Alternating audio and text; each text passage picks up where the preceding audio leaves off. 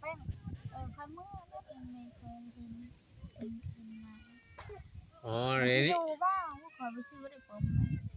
ขอไปซื้อให้ได้มันส่งซื้อ คำบ่อยู่นำบ่ซื้อเจ้ากะ บ่ซื้อได้ อ๋อคำอยู่ได้จ้ะ เสียเงินละมาได้ซื้อให้ เอ้าของเนี่ยผัวเจ้าเอาเข้ามาเนาะ มันมีอยู่น้ำพอยบ่ซื้อ คันอยู่นำเจ้าแล้วเจ้าซื้อ ซื้อให้ก็คำส่งละลา อ๋อ คำซื้อฮะ อ๋อ ซ้ำเปิ่ม คำส่งละล่ะนี่ชื่อให้เลย ซื้อให้ จัดให้เลย จักให้เต็มๆโลก โอ้ นางไหลแป จัก ล ให้ ก เต็มเลย จัดเต็มเลยเนาะสุดยอดเลยเนาะ สุดยอดเป็นลูกขอให้แน่ คำมาเมื่อคือคำเมื่ออยู่น้ำแม่เขานี่บ่ซื้อ โอ้ยขอไปซื้อเด้อ อ๋อ ซื้อให้ได้ ๆมาอยู่นำแม่น่ะบ่ ให้ ซื้อ เกิงแหละ อยากได้ล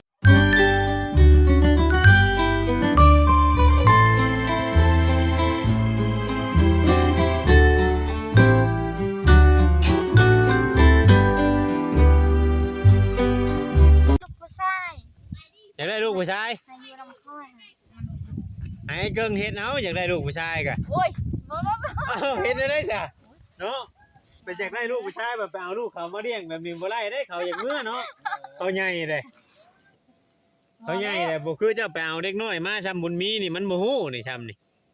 อันนี้ใหญ่เด้ห้วยมันจักทางย่างเมื่อแล้วมันเมื่อ ทางแคมได้ โยเฮ็ดได้ซะบ่เทื่อละมันเท่าไรเทื่อแล้วก็ยังอยากได้ลูกผู้ชายอยู่เนาะบ่จ้อย บ่แล้วเขาอยากได้ เอาบ่อยากได้เลย เขาอยากได้ลูกเอ้ยพอ อยากได้ลูกเพิ่น แม่น เออ ลูกเป้งแล้ว ลูกไป เจ้าบ่ย่านบ่เอาเขามาแต่เขาลักย่างเมื่อน้ำป่านี่มีโจรจับไปเจ้าบ่ย่าน โอ้ยพอมาให้แล้วมันก็เครื่องคอยซื้อให้แล้วลายคอยไปซื้อ ไล่ชื่อหยังแน่แล้วให้เขาจังว่าชื่ออะไร ยังไม่ได้ซื้อ ยังบ่ได้ชื่อหยังว่าชื่ออะไร คอยสิเบิ่งมันสิอยู่บ่มันบ่อ อ๋ ยู่ อ ถึงมันอยู่จัก2-3มื้อมันเมื่อยได้ได้จัด เมื่อเร็วโอ้ยพอมาให้ส่งพอให้ลูกของ เพิ่งจะว่าย่านจุข่อยไปยากมาดอกเขาไปอยู่ในเฮือนผู้บัน ยานจัง ฮะ ยาน บัดบ่นุ่งคือบ่ย่านเมื่อกี้ บ่ได้ยาน บ่ย่านบ่นุ่งเนาะเพราะว่ามันบ่มีแม่น่ะเขาสิอยากย่านเด็กน้อยนี่เนาะ ถ้าว่ามีแม่นี่เขาบ่ย่านอยากโกมหมดหัวสุข่อยไปมื้อนั้นก็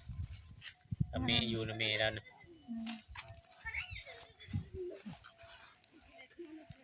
เออไอ้เกิงมันไปคุมื้อตอนคืนนี่ โอ้ยไปคือมือขนาดไปเขื่อนไปย่ามไปไปเบิ่งป้า ข้ามีเฮือนดีนี่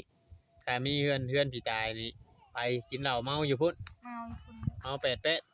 8นะฮะจะไปเบิ่งอยู่ เมาเรื่อยๆดิ แก้ฮอดเชื่อบ่ลาไปบ้านนี่บ่ได้เห็นบ่จ้ะ เส้นน่ะบ่ลาวาเกหัดเสือ บ่ มันคือกระตุมกระเกต ฮะกระตุง แม่นหอยนี่ กระตุงห้อยคอเลย แม่น เออ แม่น้อยนี่ กระตุงกระเต็บน้อยห้อยคอ แม่ แต่ย่างเฮ็ดพ่นไปนำมาจักบ่ ลองเพลงนี่ลองเพลงนะคะ เพลงหยังอ่ะน่ะ จักเลยคอยดูครูจักที่จะทำคอย โหแท้กว่าเราหน่อย เออ โหดี เห็นยังได้มันแพงฮะเอาแล้วซื้ออะไรวะ บัดนี้แหละเราไปบ่แม่นเรามีผู้สาวใหม่บ่ ผู้ชายฮะ เออ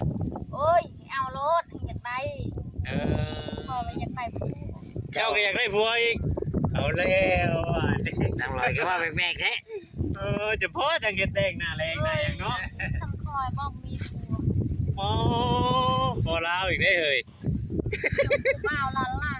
กูว่าเอาลาล่าเลยว่าเจอให้ฟังคักๆเลย ให้ไอ้เกิ้งบ่นี่นะ นายได้ไปตัวเร โอ้ คือพายอยากเก่งไงวันห้ามือเอ็มไง ว่าธรรมดาคำเอาวันนี้ก็จะเอาอยู่บ่อันผู้เฒ่าก็ บ่เอาผู้เมา เอาผู้ว่าบ่วันนี้ทั้งเทื่อบ่มีผู้ว่าเอาได้ซะ นี่อยู่บ้านน้องเบนเช็ดเนี่ยเอาพ่อ บ่ธรรมดา เอาพ่อ เด้ เห็นบ่ดา อ วห้าวดาว พี่น้องเอ้ยเนาะ เพราะว่าบ่เวียงไม่ได้มา มา FC เพิ่นอยากเบิ่งอยู่เนาะว่าจ้อย แม่น เออ FC ว่าอยากเบิ่งว่าได้ยินข่าวว่าให้เกิงแก้เสื้อผ้าอยู่งานเดือนดีบ่ เอลี่ได้ แก้ดีบ่ ดี บ่ได้แม่นเว้าตัวบ่ บ่ได้โต เว้าเรื่องจริง เดี๋ยวคนจริง เออ เอาเด้อ คักแน่ดีเนาะเรามามื้อนั้นเราเมาบ่มื้อเรามามื้อ นี่นะฮะ มื้อเราเอาหมอนี่มานะ เมามันแก่ชื่อเพิ่นเมาเลยเจ้าชื่อว่าที่ว่าคนเป็นน้อยก็ซั่น แก้วเชื่อชงบ่ได้แก้บ่ แก่ที่ตั้งนั้นน่ะ แก้หมด มัน บ่ เมา บ่ได้นุ่งคนชง บ่ได้นุ่งได้แก่อยู่เฮือนนี่แก่ โอ้ ไม่บอก เจ้า หมอ หมอมูลเพลงไปขายไปอัดหมอนั่นไว้ได้พอประตูดึบอยู่หั่นเนาะมันออกบ่ได้จังนั้นมั่งเฮือนเจ้าน่ะพอแห้งได้ฮะ นางโลดคอยอยากเบิ่งมันเป็นแบบไหน เอาแล้วบาดนี่ โอ้ยจ้ะ ไปขังมันไว้เนาะ ข้างเอาไว้หั่น เอาลูกเข้ามาบัดไปขังไว้สร้างเฮ็ดแท้น่ะ สร้างเฮ็ดไหน จะไป เอา ขัง แม่ เล มาย ช่วยไปเปิดให้มันแม่ตึมๆอยู่นั่นบ่ลาวให้ได้ประตูเพลงไปยันหันอยู่นี่มันพอแห้งนะ มันเป็นไรเว้าคอยสิมาเรื่องนี้แล้ว มามื้อนี้บ่ แม่ เอาเว้าหนู เอ้าคอยถามเว้าลาวมันเว้าใช่ไหม อย่าให้ลูกอย่าให้ให้ยังย่านยังน่ะ เดือ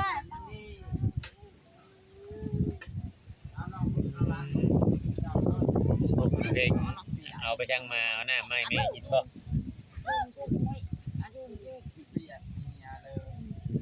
ตั้งหน้าไม้น้องกินเอาหน้าไม้แม่กิน ชงเพลงเอาหยังอันนั้นน่ะ ป้าคือลายไผน้ำสิกินหมดบ่เดี๋ยว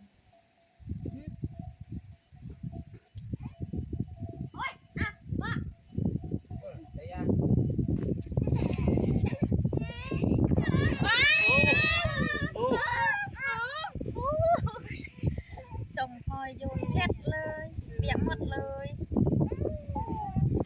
นอนเพลงเจ้าคือขังหมอนั่นไว้น่ะ ขาง่ายไว้ยังลูก ไปทำไมไม่ถูกล่ะ ไปเปิดไป ไปเปิดไปล้างไหม จะมาหลักมือบ่จะมาหลักมือบ่ มาแล้ว จะสิขึ้น อยู่นี่ ไปเบิ่งน้องหน่อยไปเปิดมาได้เขาโคตรขังไว้เลี้ยงน้องเพลงสบายดีปะลูกได้ไหมอย่ามันไปโอ้ยมันก็ไปก็ยามาแล้วเจ้ามันสิขังมันเองไปชังมาน้องไหล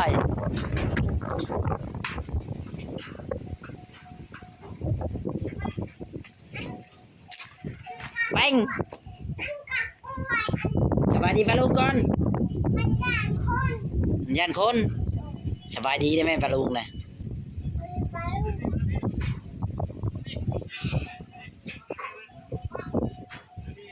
เห็นหยังเลยนะฮะย่านหยังคน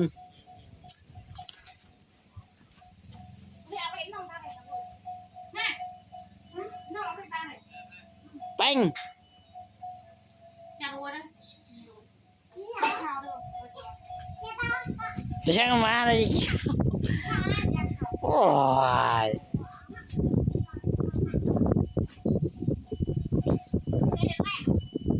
นี่ยังกันนะนี่ยังกันนะ จีรอ อ๋อ ไปเอาถ้วยไป ถูกแป้งสบายดีได้ไหมปลาลุงนะ ไปดิปลาลูก เออ เสร็จแล้วไงแป้งแล้วมั้งแม่บัวเก่า เบิกน้องลอยเห็นอย่างนี้บาทนะเอาเลี้ยวน้องลอย ชอบกระเต่าแล้วเหรอ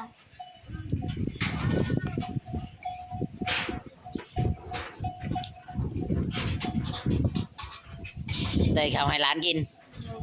เจ้าบ่ได้กินบ่ กินข้าวอยากเอาไปนะดานมมากเนอะไม่ได้กินข้าว จะได้กินข้าวเฮ้ยเจ้าเอาลูกเรามาแล้วเรากินข้าวไปเอาแม่น้องเพ่งน้องนะ ไป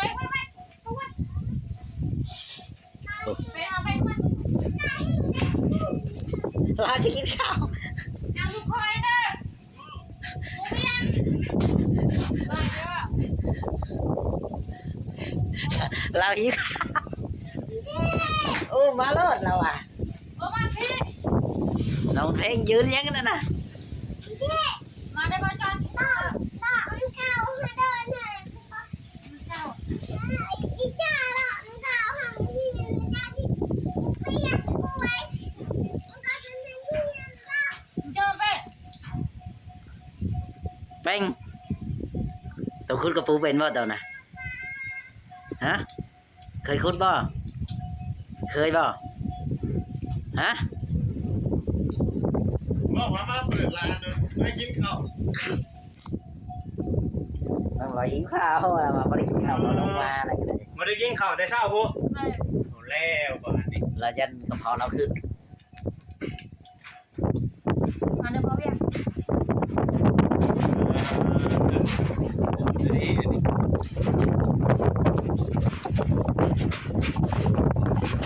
ข้าว เอาลงได้ดิ ก็คือย่านเลย ยังเพิ่มประมาณว่านี่เว้นนี่ระวังไหม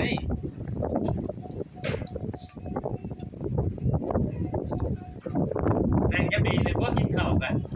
นั่งงามๆเลย น้ำเด้อ เออ น้องลอยก็นั่งงามๆเลย หลังเอาตรงอันนี้พ่อเบี้ยเขากินช่าง จำเกลือ บ่มีได้กินแมงจะรอบ่มีเขากิน ไปขุดจิรอพอนี่มึงชอบ ให้ไปพูดเจ้าบ่ผมมีก็กินเกลือนะตะกี้ก็ยังกินเกลืออยู่เป็นบ่อ่า บัดผัวเจ้าได้มาแล้วมันให้ขาย ดอกเท่าไหร่ ได้ลายกับทางไว้เนี่ยเนาะบ่จอย อืม ได้ลายกับทางไว้ได้ลายกับทางไว้เนี่ยมีแต่ขายบ่ได้เลยเอาลูกเขามาเลี้ยงเลยแฮงอันนั้นเนี่ยตัวสิอยู่น้ำเพิ่นได้บ่แบะ มันไม่อยู่ ตัวสิอยู่จักมื้อตัวสิอยู่น้ำเพิ่นเนี่ยฮะมื้นบ่มื้อน่ะ บ่จักนะ จักมื้อจักบ่จักมื้อครับเนาะ เจ้าเงินเจ้าแถว ฮะแล้วว่าหยังบ่ เจ้าบ้านเจ้าพะเลิกยกมือ อยากมื้อก็ถามแม่จะมาก่อนไปสิมื้อเอง มืออะไรเขาจับแล้วบาดว้าวอะไรให้ยาก เจ้าหลักมือทางมือคนจับแล้วเจ้าจะหลักมือเด้อถามแม่จะมาเอาเด้อ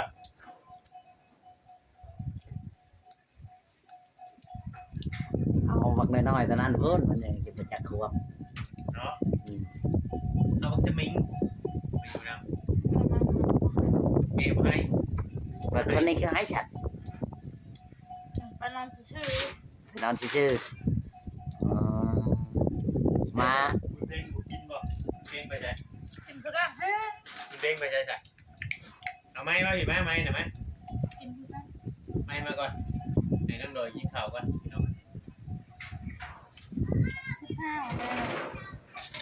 โอ้ย พี่น้องเนาะ ลูกก็ มานี่เลย เฮ้ยเฮ้ยเฮ้ยเฮ้ยอะไรนะ ทุกคนทุกคนทางไทยข้าวด้วยจากประเทศพี่น้องเนาะ เนี่ยเนี่ยเนี่ยเนี่ย ลูกก็กินเงินเรานั่งกินเดี๋ยวนี้ซื้อบักแป้งสิอยู่กับในน้องลอยเราเจ้าน่ะอ่าวว่ะในไหนเจ้าน่ะ จังเลย บ่จักในไหนน้าสาวสิอยู่กับน้าสาวบ่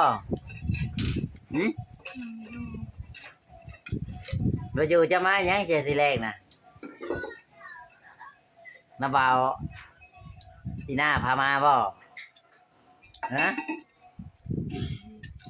หน้าเกิงพามาบ่